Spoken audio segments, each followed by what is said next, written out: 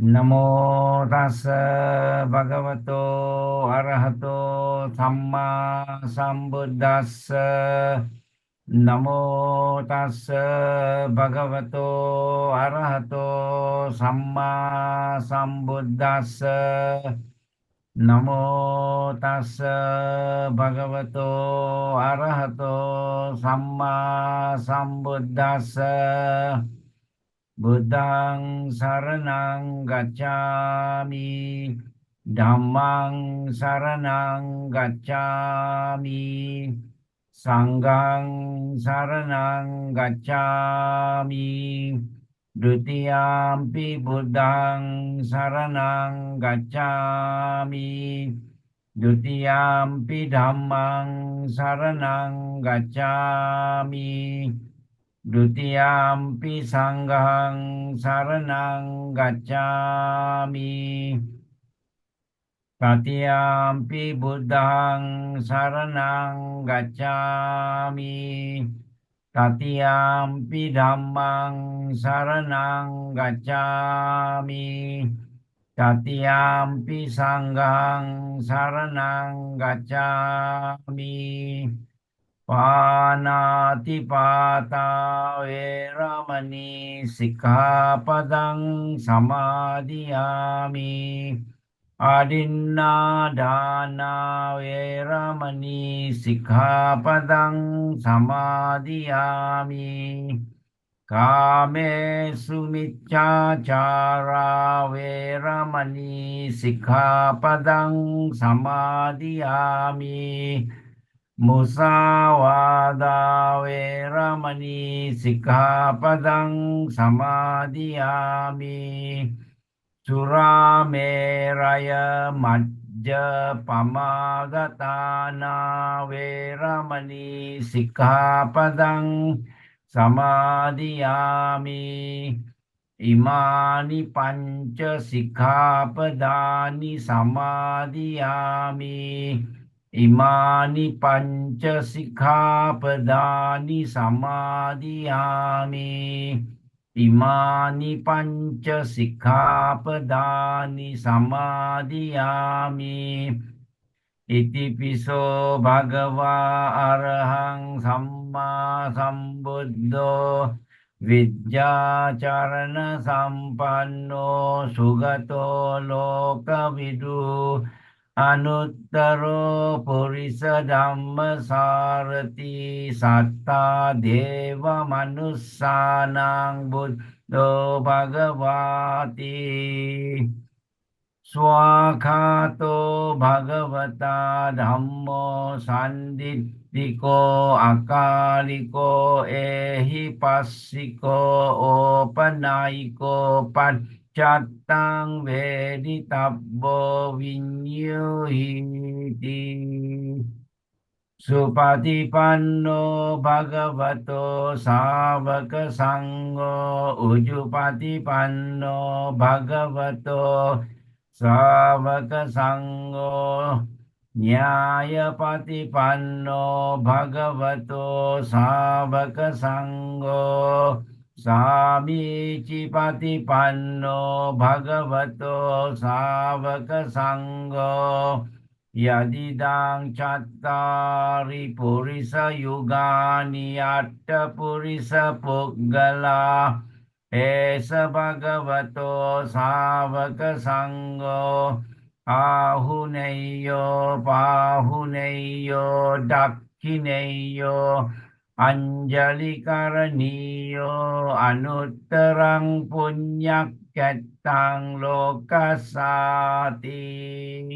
Yassa mule nisinnova sabbari vijayang aka patto sabbanyutang satta vandetang bodhipadapang ime ete mahabodhi lokanatena pujita. Ahang pite namassami bodhi raja namatute ganasarappadittena dipena tamadang sina Tilokadipang sambuddhang pujayami tamonudang ganda sambara yuttena dupena hang sugandina pujaye pujaniyantang puja bhajana muttamang Adivase tuno bante paniyang parikappitang anukampang upadaya patigan hatu muttamang Adivase tuno bante bojanang parikappitang anukampang upadaya patigan hatu muttamang Adivase tuno bante gilana paccayang imang anukampang upadaya patigan hatu muttamang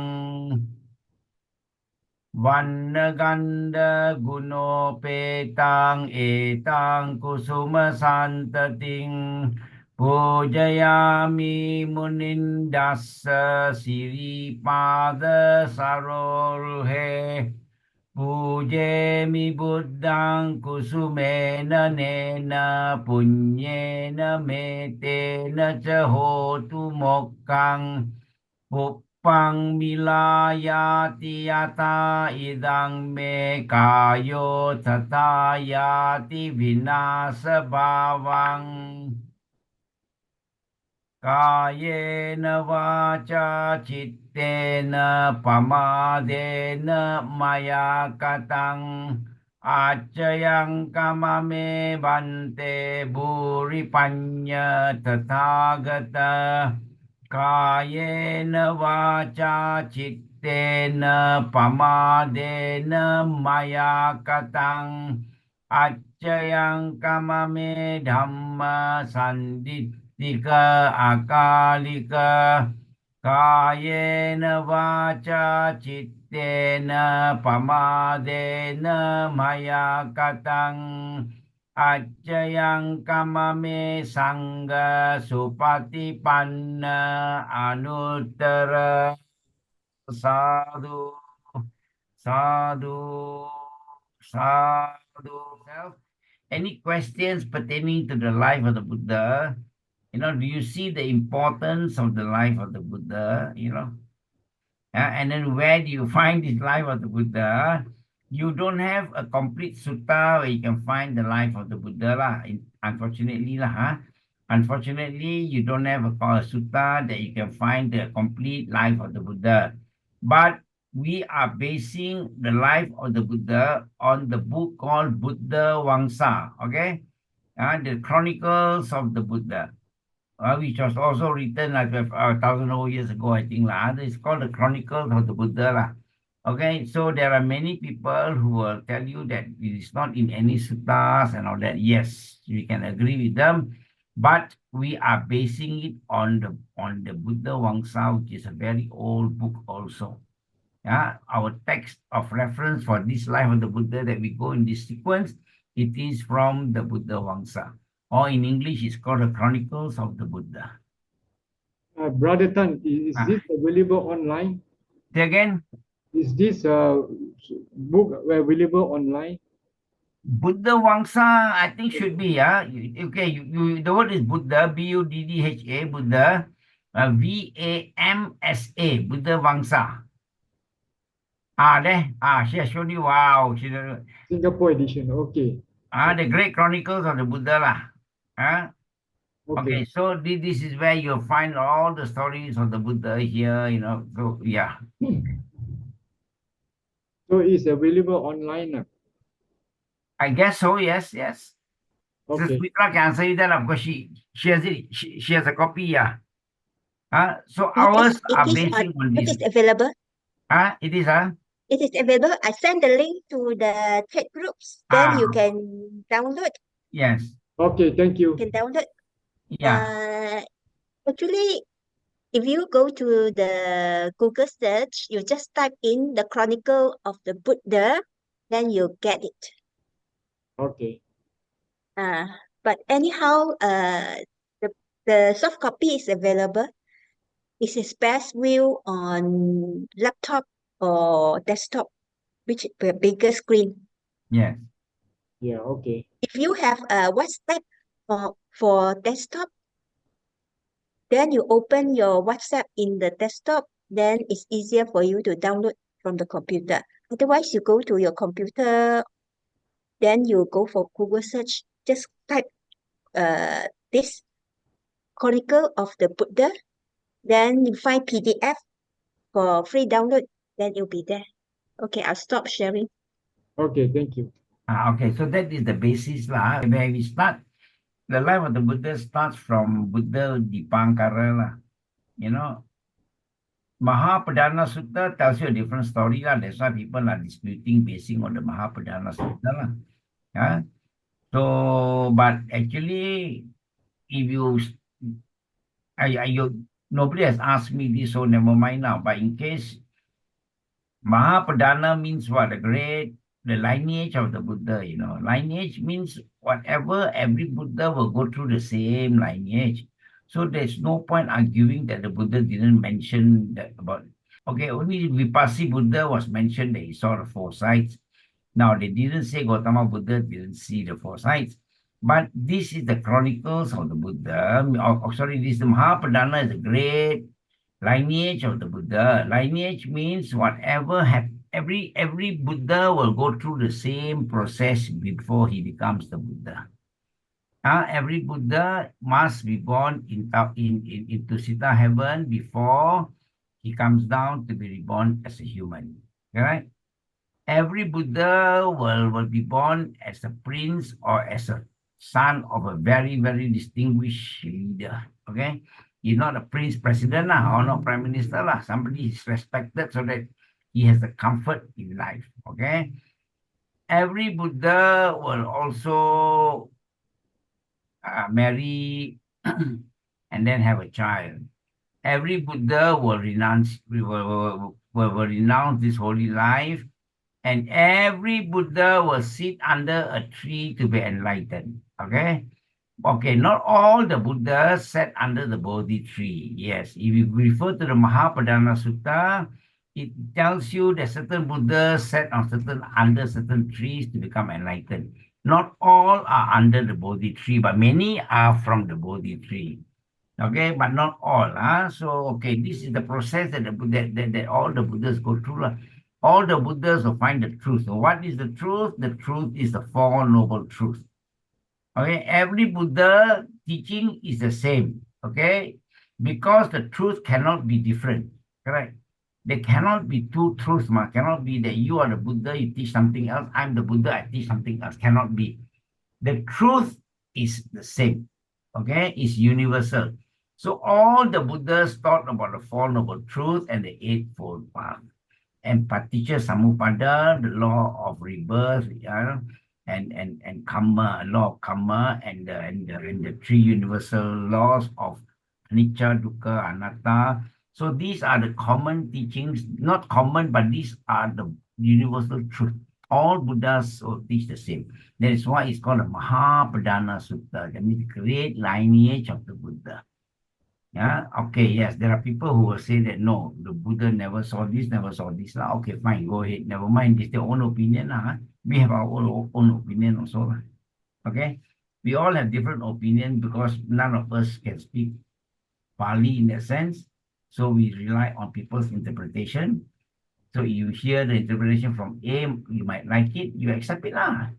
But does not mean that is the only truth. You know, that does not mean that is the only truth.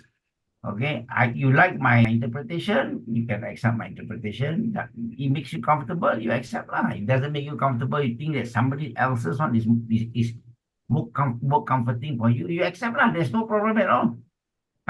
The teachings of the Buddha can be interpreted in many ways, many levels. Accept it, don't worry. Okay, so basically that is why the life of the Buddha is very important. And then the most important thing about life of the Buddha is that since we don't have many people, we will talk we will talk about the importance. This is not part of my teaching today. Just extra talking only. You see, the important thing in the life of the Buddha is actually, we are sometimes very confused. We say that in the Kalama Sutta, the Buddha says don't follow traditions, isn't it? And then we are confused. Why are we following all our Chinese tradition? This is all rubbish, they say. Some people are very firm, When I talk to them about Qingbing, they're very firm. No, we don't believe in Qingbing. When you talk to them about this type of festivals, the Hungry Ghost Festival, no, So they completely discard our culture, meaning to say that they interpret that the Kalama Sutta as we will not listen to traditions, we will not listen to all those things written in the books, we will not listen to all the old people that say something. Yes, it is very good. If you don't want to have this tradition, this culture, you are also very good, also very correct. Correct? Dia tak ada orang putih lah. Orang putih, when they follow Buddhism, they have no culture. They only want to learn meditation from Buddhism. That's all. Correct? They call it secular Buddhism lah. Okay, fine. But we are Chinese. The Buddha never say you discard your culture. Correct? Which part says the Buddha says discard your culture? The Buddha never say discard your culture. The Buddha does not interfere with our culture. The Buddha is more interested to teach us how to end suffering.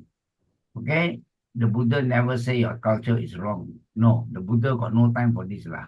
The Buddha is more focused on helping us to overcome suffering. Okay?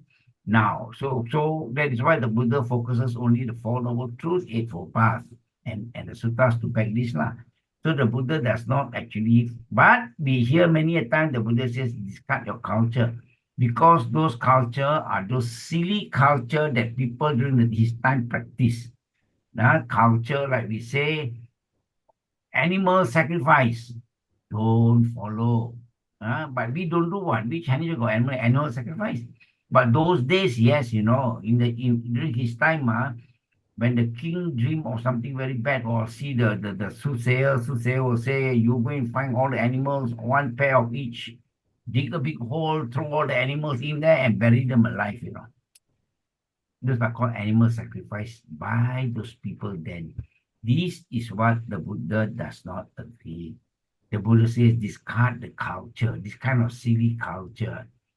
And then there's another culture where in the morning, if they wake up on the wrong side of the bed or they forgot to touch the floor from the bed, then they're guilty of something, So what they do is when they go out to work, they must find cow dung and touch cow dung, you see? Because they didn't touch the base of the bed in the morning, they forgot. So this kind of culture, the Buddha says, you let go. This is all stupid culture lah. Correct? So this silly culture that doesn't bring benefit, you let go lah, But for us, as our identity in Chinese, we want to do our Qingbing. It is gratitude, So there's nothing wrong with expressing gratitude. Many people don't agree with me on this. Many people get very angry when I talk about it. I tell you, yes, the first quality of the Buddha is what? Gratitude. First quality of a Buddhist is gratitude. The Buddha himself was grateful to the Bodhi tree. That was the first lesson he taught us. Correct. When he was enlightened, that's why life of the Buddha story is very important. It's not just fairy tale. When the Buddha was enlightened, the first week he sat under the Bodhi tree, he was experiencing the bliss of Nibbana, meaning now he has given up his greed, his hatred, his delusion. Then you live a different life, correct? Of course, he is a Sammasambuddha. He knows even beyond this, Our target is just to give up greed, hatred, delusion. And then we live in Nibbana. So the Buddha is trying to experience what is the bliss of Nibbana when he was enlightened. The second week, the Buddha moved few steps away from the tree and gazed at the Bodhi tree, Correct? For 1 week without blinking his eyes also. He was gazing at the Bodhi tree, thinking, how did the Bodhi tree protect him? Such a wonderful tree, who has protected him during his search for enlightenment. Correct? So that is very important lah. So we have to understand that gratefulness was the first lesson taught by the Buddha to us. So we Buddhists must learn to be grateful. So Cheng Beng, you must learn to, okay, you must be grateful. We go to the cemetery, correct? We go to the cemetery because we want to reflect our gratefulness to our people lah, to our loved ones lah, correct not? To our loved ones who are no more with us, we are grateful to them. So that is the meaning of the Chengbing. We are actually reflecting on the gratefulness. That's all. So there's nothing wrong with doing certain things now. Correct? The hungry ghost also same. In the Tirukkudra Sutta, the Buddha says that you must transfer your merits to your departed ones. They need your merits if they are born as hungry ghosts. They need your merits. But if they're not born as hungry ghosts, they are above us. This merits is of no use to them. But they will be very happy to see that their generation, their children, their grandchildren still remember them and perform merits in their name. So they will rejoice, right? And that moment of rejoice, that moment of bliss again may help them to upgrade to a better level also. You see, so these are the things that we believe in lah. Okay. Last week we finished our lesson 5, 11 September, isn't it? So today we will talk about King Bimbisara. Okay, among a few names that is very commonly used, and also we can use these names like sometimes some people joke among our friends, you are Ajātasattu lah, you are certain people lah, correct lah. So sometimes we don't understand the joke unless we know who these personalities are. So the first personality we will introduce to you, I think, is King Bimbisara. King Bimbisara, you don't forget, because when the Buddha left his home, I think this one we covered, but I just repeat this and then we'll tell you extra lah. You see, when he left home, remember not, he went to Magadha after that, because that is the closest state next to him, our closest country lah. Those days they call it country maybe lah, or state or province lah. Okay, so he went over to Magadha. Then King Bimbisara heard that this young prince has renounced lah, So King Bimbisara went to see him lah, and then tell him, "Hey, young man, you don't merajuk lah," thinking that he must have quarreled with his father, and then he might have merajuk lah, So he said, "Never mind, don't worry. You take half my kingdom and you rule half my kingdom, no." Correct. So because his kingdom is very big, Magadha was one of the most powerful kingdom of those days, Magadha, Kosala, and all that lah. So King Bimbisara says, "You take over half lah, But the Buddha says no. He's not because he quarreled with his father, but he has a purpose in life. He left home to find a solution to end suffering. So he must pursue his aspiration lah. Okay, so he said that because he wanted to be enlightened lah. So later King Bimbisara asked Gautama to promise. He said, okay, I won't persuade you, but you must promise me lah. Promise what? He said, when you have found the truth, when you have found the teaching, the proper teaching, you please. So he said, when you have found the truth, the king says, later, King Bimbisara had asked Gautama to promise to return to Rajagaha to teach King Bimbisara should the ascetic Gautama find what he was looking for. Okay, so King Bimbisara said, when you have found whatever you want to find, when you are enlightened, please, you must come to my kingdom first and teach me. Okay, because King Bimbisara has 5 wishes in his life. He says, I have 5 wishes lah. Before I die, fulfill my wish lah. King Bimbisara had 5 wishes when he was a prince.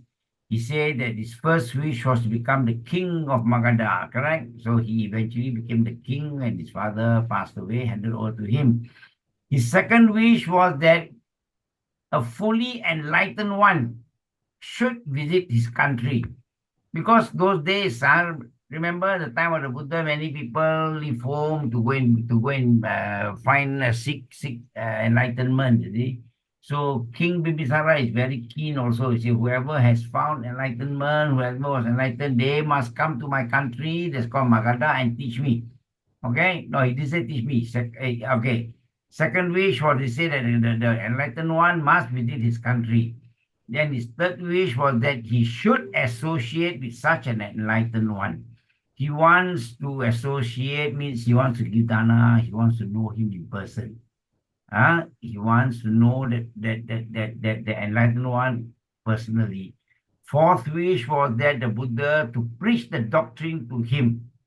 And then he wants the Buddha to personally teach the doctrine to him. That is his fourth wish. And his fifth wish was that he should understand the doctrine. These are his 5 simple wishes. So he says that you must help me to fulfill this. So all these 5 wishes were fulfilled when the Buddha visited Rajagaha and preached the Dhamma to King Bimbisāra, who became a Sotapanna. Okay? So you see that when the Buddha promised him, okay, I'll come back and teach you. So when the Buddha was enlightened, the Buddha went to his country. Okay? The Buddha, when he had got his people, when he has enough of people, he went to Magadha to fulfill his promise to the king that he will come. So here, we see, like I said, Brother Richard, the story of the Buddha, we must understand, then how does the Buddha inspire us, So here is seen that the Buddha honors his promise. Correct? Even he became the Buddha, but he still honors his promise that he promised the king that he will come to his country, he will associate with the king, and then he will preach the doctrine to the king and make sure the king understands. So you see that is how honorable the Buddha is. So now this is one of the things that we have to learn to emulate the Buddha's quality. So the life of the Buddha is not merely a fairy tale, but it gives you a lot of lessons in life. So you see, notice the Buddha, such a great person, also fulfilled his promise to a Putujana. Putujana means ordinary people. So the Buddha still honors his promise. Then what happens? Then on hearing that the Buddha has arrived in the city's gateway, so when the Buddha went there, the king heard. So the king went quickly with a large number of his subjects to welcome the Buddha and his disciples. He quickly went, oh, the Buddha is here. He went personally with his people to welcome the Buddha. He approached the Buddha and paid his respect, but some of his subjects did not know whom they should pay the respect. Why? Because remember the Kassapa brothers, we say the Buddha has converted the Kassapa brothers who were very, very popular those days. The Kassapa brothers were very popular and they thought that he's enlightened, you see.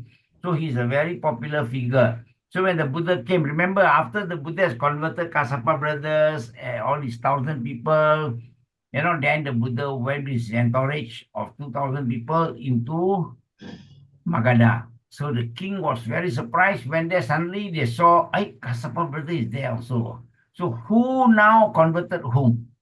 Because they are confused. Did the Buddha convert him or did he convert the Buddha? Because Kassapa brothers are also very well known. Right? So the Buddha, okay, so now they do not know who should they pay respect to, whether the Buddha was the leader or Kassapa brother was the leader, Purana Kassapa, what. So they wondered whether the Buddha was leading a holy life under Venerable Kassapa or the reverse, as both of them were highly respected religious teachers, So Buddha is very well known, but only recently. But Kassapa brothers were very well known long time ago. So they were confused. Who is the boss now? Then the Buddha read their thoughts and asked Venerable Kassapa why he had given up his fire sacrifice. Remember, Kassapa brothers are the fire worshippers. Remember? So now Buddha asked him, please explain why you have given up your fire sacrifice. Correct? Then understanding the motive behind the question. So Venerable Kassapa knows that the Buddha is trying to explain to them that he is now the leader. Kassapa brother is now following him. So now, understanding the motive behind the question, Venerable Kassapa explained that he preferred the peaceful state of Nibbana or Nirvana to useless sensual pleasures. Correct? After this, he fell at the feet of the Buddha and said, "My teacher, Lord, is the exalted one. I am the disciple." So now the king knows very clearly who is the teacher. So now even the Kassapa brothers went down to bow to the Buddha and said that you are the teacher. Okay? So that's why the story is very important. You should know the Kassapa brothers. I think you all know lah, and maybe only Doreen may not be too sure who the Kassapa brothers. They were fire worshippers. Those days there are a lot of fire worshippers. They pray to fire. They think fire is almighty. So they have got special rituals on fire, macam-macam lah. So the Buddha managed to convince him not to do all this fire worship lah. So now that he says that he prefers the peaceful state, remember, he prefers the peaceful state of Nibbana to useless sensual pleasures. Right? Fire worship gives you only sensual pleasures lah. Okay? Okay, any question there? No question, we continue, So out of gratitude, so out of gratitude for his spiritual gift from the Buddha, King Bimbisāra gave a park, a quiet bamboo grove for the use of the Buddha and his disciple. So this is the first sanctuary of the Buddha lah. This is the first park that the Buddha had lah. So this park was named the Bamboo Grove. This park actually has a lot of bamboo lah. It's called a Bamboo Grove. So the Buddha spent 3 successful rainy seasons there. 3 vasa, that means and another 3 rainy seasons later.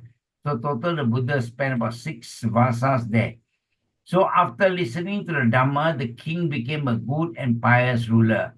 But due to his past bad karma, he had to face an untimely and miserable death caused by his son's wickedness. Who is his son? His son is King Ajātasattu. Okay, King Ajātasattu was his son. We'll talk about him later. Who tak boleh tahan, he cannot wait anymore. He went to put the father in prison. He became the king lah.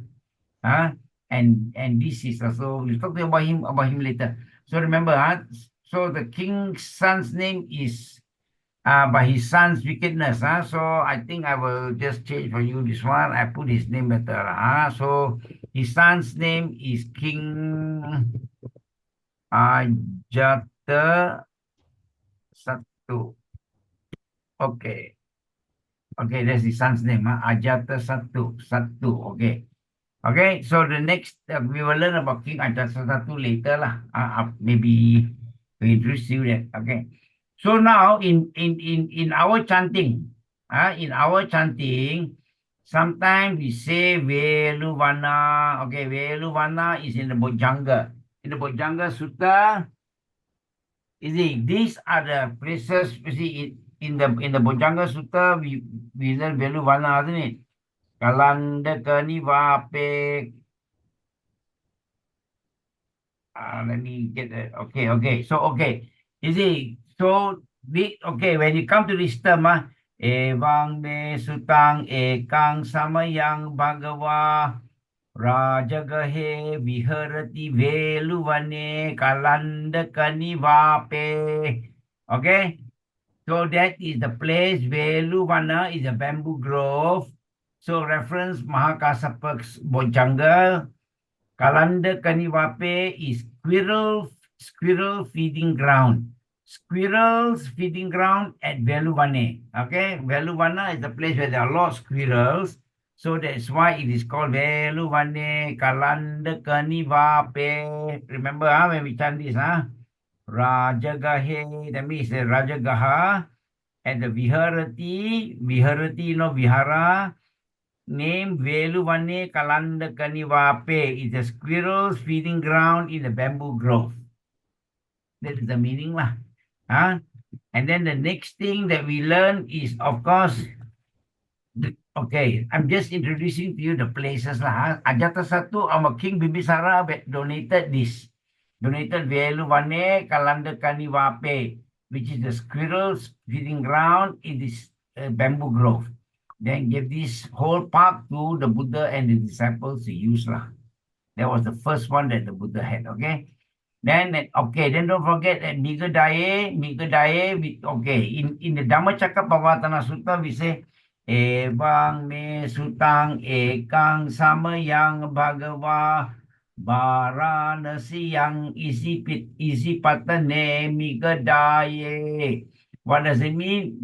Migadaye means it is called the deer park. Migadaye is the deer park. Okay? So when we say Migadaya, so there are three places that the Buddha resides, whether it's Veluvane, Kalandakanivape, or Migadaya Deer Park. The first one he went was to the Deer Park, where his 5 friends were there.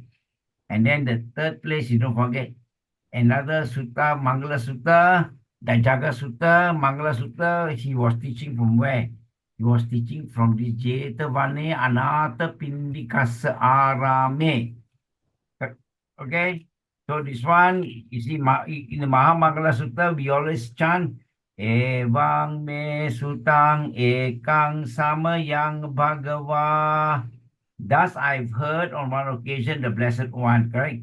Savatiyang viharati jetavane anāthapiṇḍikassa arame. What does that mean? It means it is a monastery of Anāthapiṇḍika at Jeta Grove. Okay? Remember when you see Jetavani Anāthapiṇḍikassa Arame, now we introduce you who is Jeta and who is Anāthapiṇḍika. Okay? So we have this statement here, monastery of Anāthapiṇḍika at Jeta Grove. So Jetavani is Jeta Grove, named after the Prince Jeta. Prince Jeta owns the park last time, but Anāthapiṇḍika bought over the park for the Buddha to use. Okay, so it is called Monastery of Anāthapiṇḍika at Jeta Grove. Okay, we will introduce to you now. Okay, Anāthapiṇḍika. Can you see this one? This one maybe. Maybe I put it bigger for you all. This is all straight from the oven. I didn't do much notes for you all because I will tell you all the stories only. Anāthapiṇḍika, he was born as Sudatta. His name was Sudatta. He was a very rich merchant, banker, and philanthropist, believed to have been the wealthiest merchant in Savatthi at the time of Gautama Buddha. Actually, for us, we say Gautama also can, because in Pali, it's called Gautama. Gautama Buddha. In Sanskrit, they say Gautama. Okay, so we can say Gautama Buddha if you want. I changed to Gautama Buddha. Gautama Buddha. We use Pali better. Okay.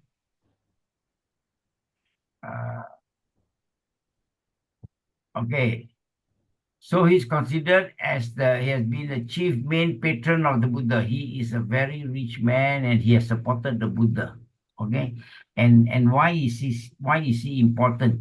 Because of him, there are a lot of teachings, because of him, there are a lot of teachings. That's why life of the Buddha is very important. Why these teachings come about? The Buddha never simply teach you unless the Buddha has a purpose. So now Anāthapiṇḍika was actually, he is born as Sudatta. Sudatta. I think I can able to make this big or not. I can. I bold this and make this. Okay, you can see the word now, Sudatta. So he was born as Sudatta. So born in Savatthi, India. He died in Savatthi, India. Full name is Sudatta. Remember, Anāthapiṇḍika is a protector of the homeless of those people who are poor That's why he got a nickname called Anāthapiṇḍika. So his children's name are Kalama Sutta, Chula Subhadra, and Sumana. So he's the chief male patron, his title. So the stories about him, okay, number one importance, you see, I don't think I have that many notes for you all, never mind. But okay, what is important about Anāthapiṇḍika was how he bought Jetavane. How did he buy this bamboo grove from the Prince Jeta? Okay, this park that is actually owned by Prince Jeta. Okay, Prince Jeta owned. So when the Buddha, okay, the story is, okay, I've just told you the story, don't worry. When the Buddha visited his brother-in-law one day, so he saw that the brother-in-law was very busy preparing, preparing some dana, for the next day, so rushing, preparing.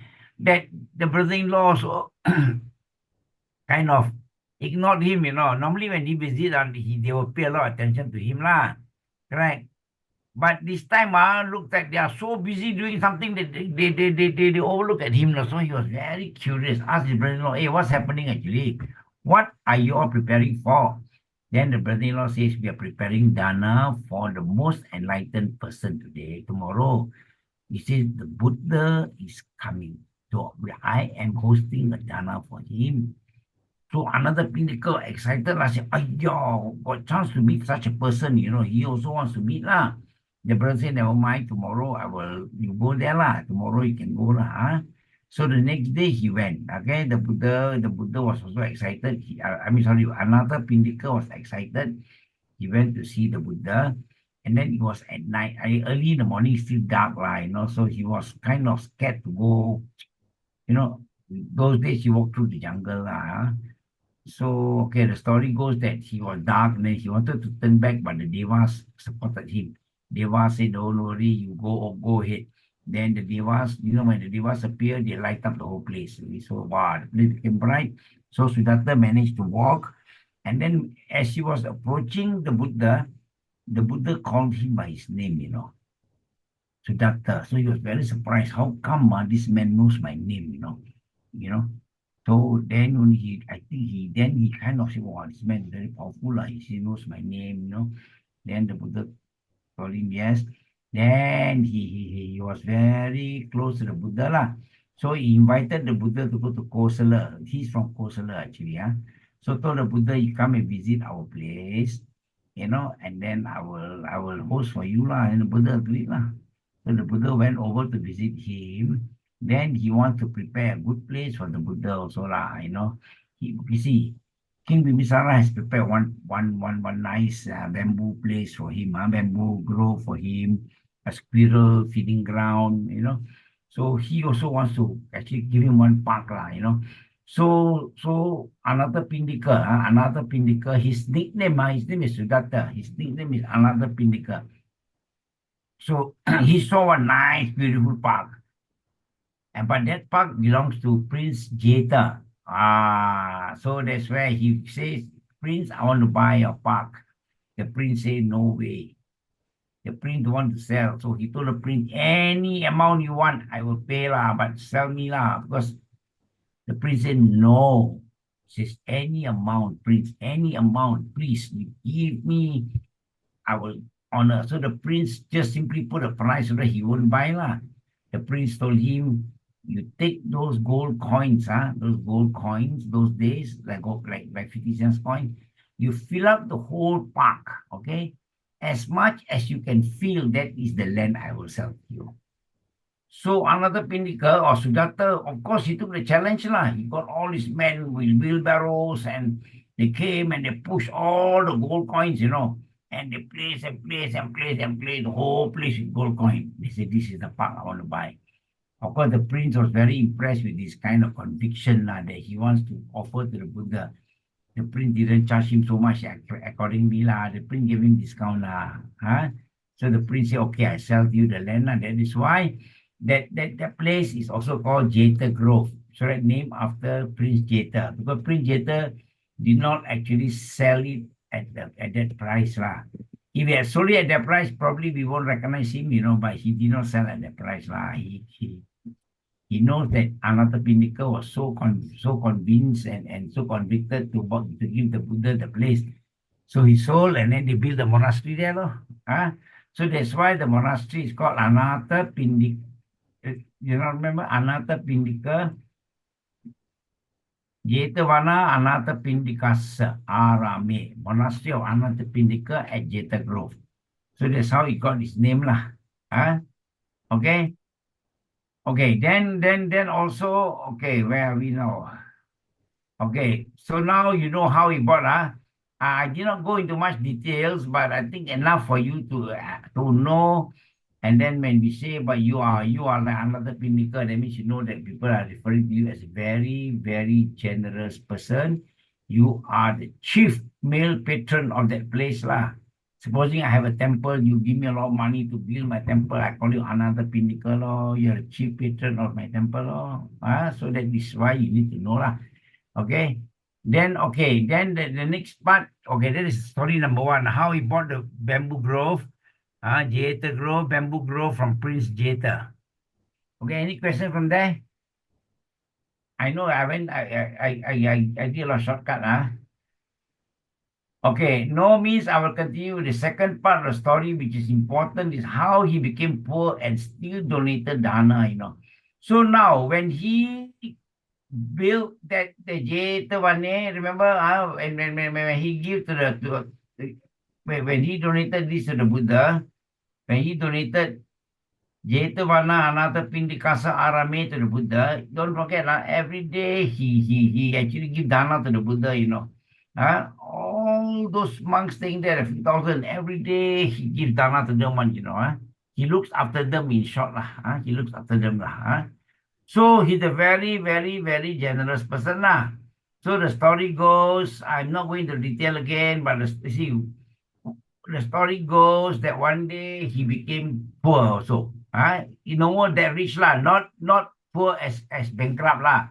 No, he's not that rich anymore lah. So, but yet he give dana, he give dana every day. Even he was poorer now.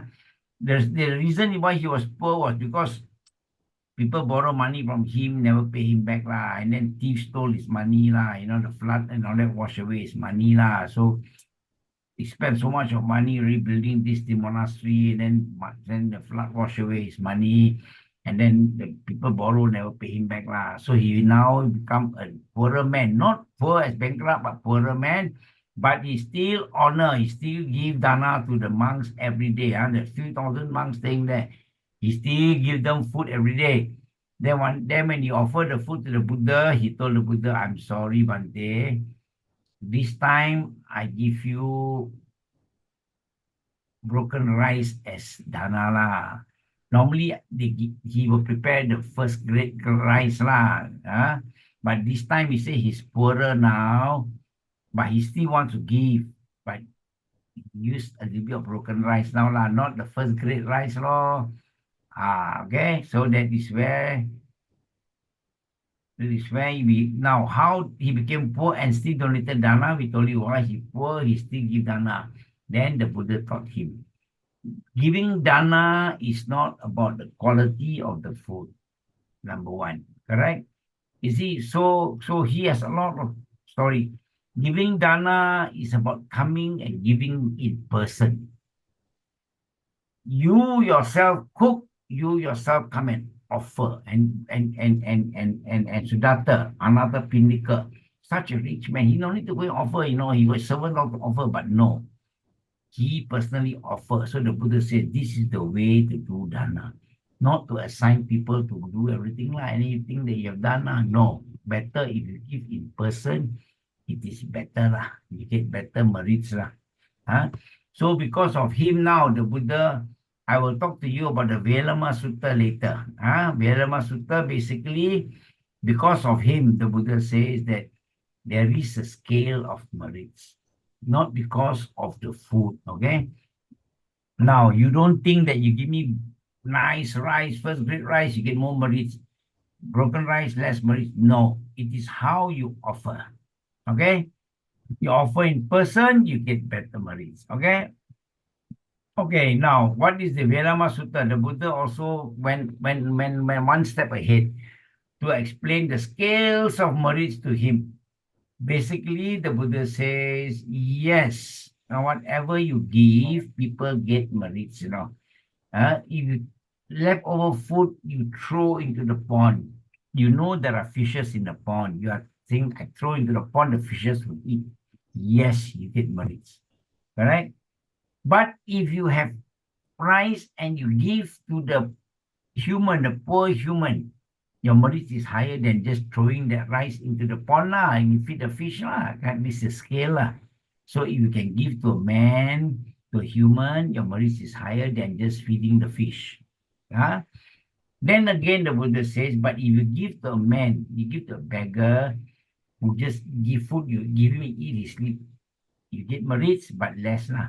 But if you find a man who actually is doing a lot of social work and you give him dana, it is even better because it gives that man strength to continue to do his social work. That is even better. You see, so the scale of merits, huh? So the Buddha said, then if you give to this man who do social work, you get certain level of merits. But if you can give this to a Sotapanna, if you find a Sotapanna and you give to him, your merits is even higher. Right? And the Buddha said, yes, you give to Sotapanna, but if you find a Sakadagami and you give to a Sakadagami, your merits is even better. You see, so this is called the scales of merits lah. Correct? But you say, even if you find an Anagami, you can give, that is even better. Okay? And then if you find an Arahant, you can give dana, your merit is very, very good. If you can find a Buddha, you give even better. Correct? We all want to give dana to Buddha, very chun, But the Buddha says, yes, above that is what? If you can build a monastery for the Buddha and his entourage to stay, that is even better than giving dana only. This is even better. You protect them, you give shelter to them. So these are scales of merits. So eventually the Buddha says, final thing, what is better instead of all these dana, is to realize compassion or to realize impermanence. This thing, even if you can realize this for a split second, you can realize impermanence for a split second. That is even higher than all these merits. Correct? Because this law of impermanence, you can realize the law of impermanence, you are very high level lah. You are almost Arahant already. So your merits is fantastic. No need merits already. So that's why the Buddha says, all these merits, if you can realize even for a split second, the law of impermanence, can realize for a split second, that is even higher. Higher than you realizing, of course, of compassion. First compassion, then you go to that last, that scale. So that is where, you see, Anāthapiṇḍika has a lot of contributions. He has also brought a lot of teachings. And also that because of him, the Buddha taught them also. The Buddha taught them also. See, okay, you look at this part only lah. The front part only lah. This part only lah. The front part I should have removed. I think I've covered that front part only. Kalama Sutta I've covered. Now from here only, let me see if I can. So from here only, in the discourse telling the 4 kinds of bliss of a layman. Okay, I've covered this during one of my Sunday talk lah. I think I will not cover this tonight lah. I think it's very time. You see, because of Anāthapiṇḍika, there are many, many teachings that came out from the Buddha on when you are poor, what do you do? When you are rich, what do you do? Okay, so the Buddha gives a lot of teachings for lay people. And many of these are actually accredited to Anāthapiṇḍika. The Buddha is always teaching him how to, example, the Buddha taught him the 4 kinds of bliss of a layman. A layman can enjoy 4 kinds of happiness, 4 kinds of bliss. What do you mean? The Buddha mentioned that the bliss of ownership. If you are rich, you own things, that is one of the bliss, correct? The bliss of ownership, the bliss of wealth, the bliss of being debtless, and the bliss of being blamelessness. Okay, So this is very powerful. These 4 bliss that lay people will want. It is called the bliss of ownership, correct? If we have ownership, we have money lah. In short, life is very, very good for us lah. If you have money, life is good. So what does the Buddha mean? The bliss of ownership means the satisfaction of gaining wealth by honest means and hard work. We have worked very hard in our life. We have accrued wealth, and that is the bliss. We have a lot. We have money that is very blissful. Okay. The bliss of wealth is satisfaction of enjoying one's wealth while fulfilling one's duty. Correct? So we must make sure that we earn the money in a very proper way, and then we will enjoy the wealth and fulfill one's duties also. What duty? To give dana and help people lah. Okay? Okay, the bliss of debtlessness is what? Is the satisfaction that the layman enjoys whenever he knows that he does not incur a debt, whether small or great. So that is the bliss of debtlessness. When we have money, we go out, we want to spend, we are not worried about how to pay back because we are not borrowing the money. It is our own money, the Buddha says. So one, you must have money, you work hard for your money, and then you can have the satisfaction of enjoying your money. So the Buddha teaches that. And then when you enjoy your money, you're not afraid that you utang people one. You don't utang because your own money you spend. You don't worry about where to get money to pay back. You have your own money you spend, correct? So that's what the Buddha says, the bliss of debtlessness, okay? And then the Buddha says, okay, the bliss of debtlessness, and the Buddha says is satisfaction that a layman enjoys whenever he knows that he does not incur a debt, whether great or small, to anyone. And then the bliss of blamelessness is the satisfaction derived by a person whose actions of body, speech, and thought do not cause harm to others and are free from blame. You see, so this is called the bliss of blamelessness. Correct? That when we are, all our senses are all restrained, we don't hurt people, we don't talk nonsense. That is the bliss of blamelessness. Nobody can blame you for talking wrong things. Nobody can blame you for carrying tales because you don't simply talk. Nobody can blame you for misbehaving yourself because you don't misbehave yourself.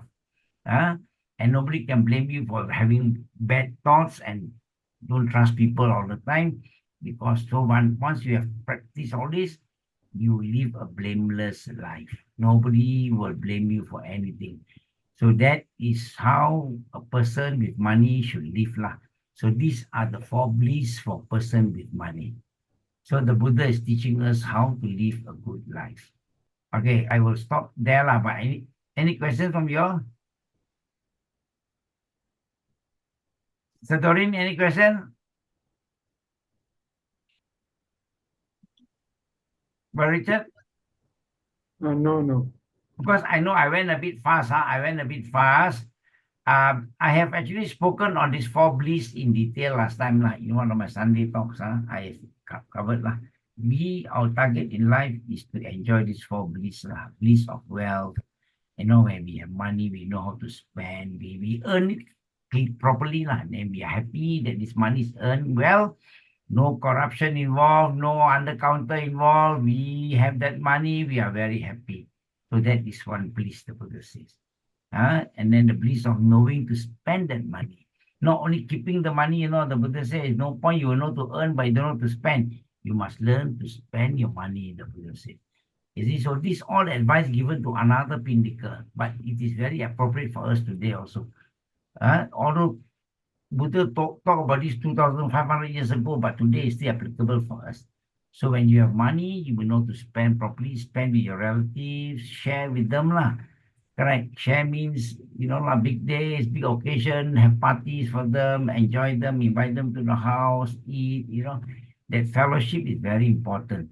So that is blissful life. Have money, but not to spend it correctly. Correct. And then when we go and belanja people, we have no fear of utanging people. Don't worry, after I belanja tonight, makan, tomorrow scratch head, how to pay. Alamak, ini sudah utang orang, macam mana mau bayar? So you worry, no point. So the Buddha says, when you have money, you know how to spend, and then you don't worry about owing people. You see, so that is the life we should look for, lah. Correct. And then we must learn to restrain ourselves so people don't blame us for anything. And that is the life of a Buddhist. Life. The sutta, what's the name sutta again, sir? No, okay, this sutta, if you want to find out on this, you can go through the final journey of the Buddha, you know.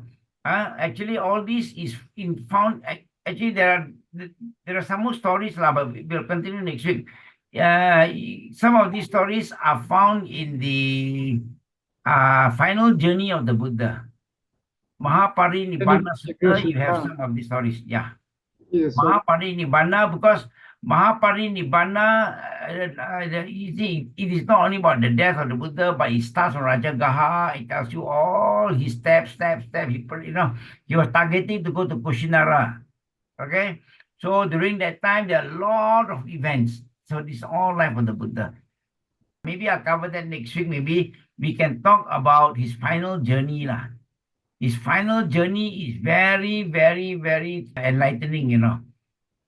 His final journey, there are a lot of teachings, you know, not only he died, you know, but there are a lot of teachings which can inspire us, you know.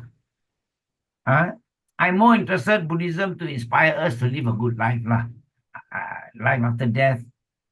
If you live a good life, definitely you get good death, lah. Don't worry about life after death, lah. Worry about living a good life, lah. So, okay, to answer your question, brother, you can refer to the Mahaparinibbana Sutta. okay. There are a lot of nice, but you have to analyze the story, lah. You read as a story, it's a story, lah, but we learn to analyze slowly, you know. Yeah. Very interesting. Okay. Like yesterday, somebody was asking me the other day, on Friday, is it? I forgot which day, Monday, yeah. What is Ceto Vimutti? And then, you know, so, okay, you come up with these interesting questions, I can explain much more to you all, lah. You know, about Ceto Vimutti, you know. I didn't expect them to ask the question, lah.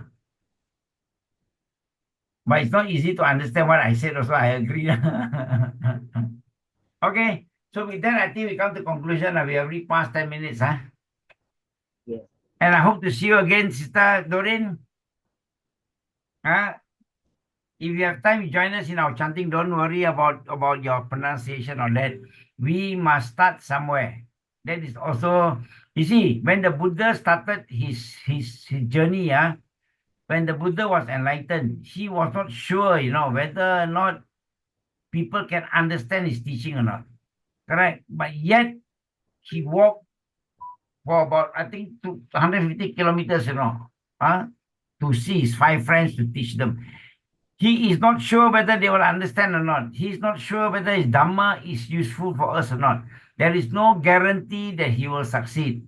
But out of love to the people, correct? Out of compassion to the people, he pursued.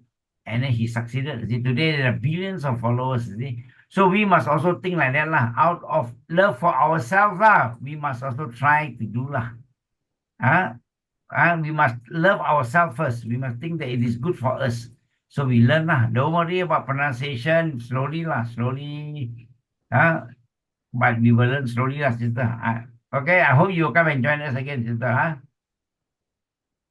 Okay, so this life of the Buddha is very important. You must see how the Buddha will pursue. The Buddha nobody guarantees the Buddha that don't worry, you go, you will succeed. No, nobody guarantees it.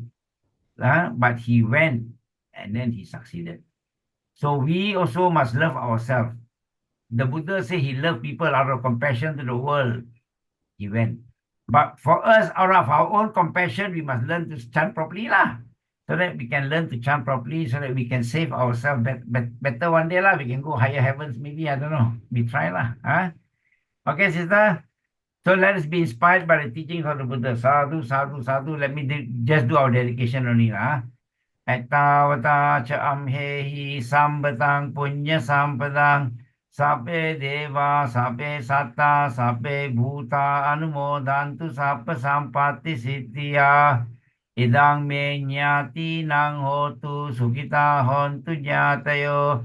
Idang me nyati nang hotu sukita hontu nyatayo. Idang me nyati nang hotu sukita hontu nyatayo. Imina punya kammena mame bala samagamo. Satang samagamo hotu yava nibbana patiya. Sadhu, sadhu, sadhu.